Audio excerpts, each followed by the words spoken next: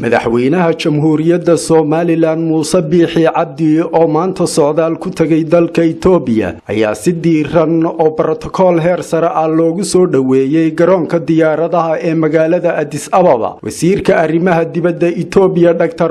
Werkayo Gabanaajo iyo wasiirka gaadiidka Itoobiya Axmed Shide ayaa madaxweynaha Soomaaliland kaga hortagay madaarka caalamiga ah ee Bole International Airport ee magaalada Addis Ababa. waxaana madaxweynaha Soomaaliland iyo wafdigiisa loo soo galbiyay xafiiska ra'iisul wasaaraha Itoobiya Haile Mariam Desalegn halkaas oo labada mas'uul ay ku yeesheen kulan ay kaga wada hadleen arrimo door ah oo ay ka mid yihiin xiriirka fiican ee ka dhaxeeya labada dal, ammaanka iyo kor u qaadista dhaqaalaha iyo ganacsiga Itoobiya iyo Soomaaliland. ugu horreynna madaxweynaha Soomaaliland oo markii kulankaasi uu soo dhamaaday u waramay saxaafadda ku sugan Addis Ababa ayaa waxa uu yiri several issues about security, economical development cooperation of our countries, political issues. waxaanu ka wada hadalnay dhowr arrimood oo ay ka mid yihiin ammaanka, sidii looga wada shaqayn lahaa horumarinta dhaqaalaha labadayada dal,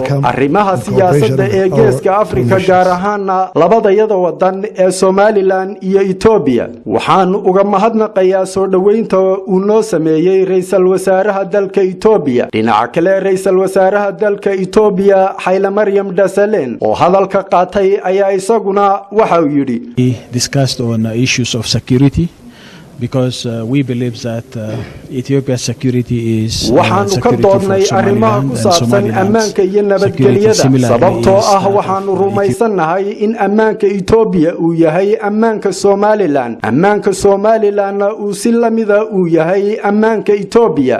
waxaanu bilownay in aanu horumarino jidka isku xidha Berbera ilaa Itoobiya ee Berbera corridor, in aanu si wada jira uga shaqeyno annaga iyo Somaliland. waxaanu si wadaynaa in aanu ka wada shaqeyno jidkaasi, sidaa darteed waxaanu si guul leh labadayada dalba uga faa'iideysanaynaa waxtarka jidkaasi. socdaalkan madaxweynaha Soomaaliland uu ku tagay dalka Itoobiya ayaa noqonaya kii ugu horeeyay ee madaxweyne Muuse Biixi uu ku tago dalkaasi tan iyo intii la doortay. Axmed Cali Cige.